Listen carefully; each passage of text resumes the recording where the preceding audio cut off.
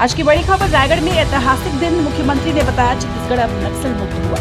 एक सामाजिक कार्यक्रम में पहुंचे मुख्यमंत्री विष्णुदेव साय ने जिंदल एयर स्ट्रिप पर पत्रकारों से चर्चा करते हुए कहा कि 31 मार्च छत्तीसगढ़ के लिए ऐतिहासिक दिन था।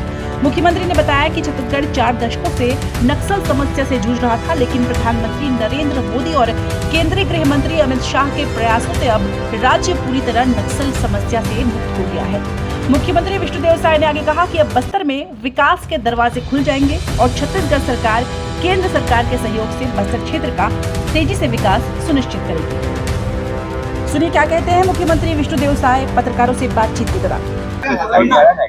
हाँ, वैसे तो नक्सलवाद की दृष्टि से कल 31 मार्च का दिन ऐतिहासिक दिन था, क्या कि हमारे देश के यशस्वी प्रधानमंत्री जी और माननीय गृह मंत्री जी की दृढ़ इच्छा शक्ति और हमारे जवानों के अदम्य साहस के कारण और माननीय गृह मंत्री जी कल का डेट घोषित कर दिए थे कि 31 मार्च 2026 को पूरे देश से नक्सलवाद को समाप्त करना है और उनका संकल्प पूरा हुआ है। और छत्तीसगढ़ इसके लिए माननीय प्रधानमंत्री जी का और माननीय केंद्रीय गृह मंत्री जी का बहुत बहुत आभारी है। छत्तीसगढ़ के 3 करोड़ जनता की तरफ से उनका बहुत बहुत नए तरीके से रोड मैप तैयार होगा उस इलाके का। काफी लंबे अरसे से वहाँ के आदिवासी बिल्कुल बस्तर क्षेत्र जो एरिया वाइज केरल स्टेट से बड़ा है और प्राकृतिक दृष्टिकोण से बहुत सुंदर है, लेकिन वहाँ के लोग 4 दशक से भी ज़्यादा समय तक नक्सलवाद के कारण विकास से अछूता रहे।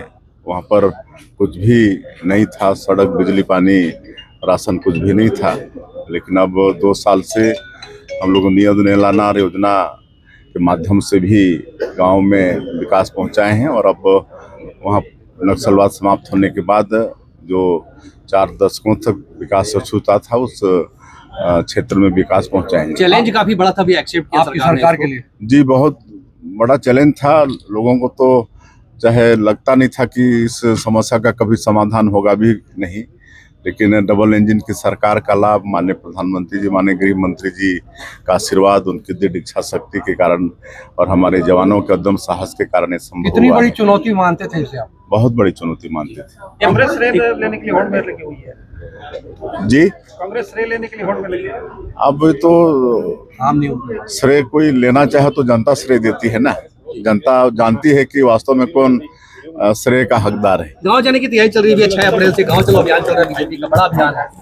हाँ, संगठन और हमारी पार्टी हमेशा सुख दुख में लोगों के बीच में खड़ा रहती है। कोरोना काल में भी हमारे लोग लगातार सेवा में लगे थे और 6 अप्रैल हमारी पार्टी का स्थापना दिवस है और पार्टी की स्थापना दिवस से लेकर 14 अप्रैल बाबा साहब भीमराव अम्बेडकर की जयंती है। इस बीच में हमारे सभी संगठन के लोग गांव में जाएंगे, लोगों के बीच में जाएंगे और अपनी पार्टी की रीति नीति, अपनी सरकार की योजनाओं को पहुंचाएंगे। Thank you.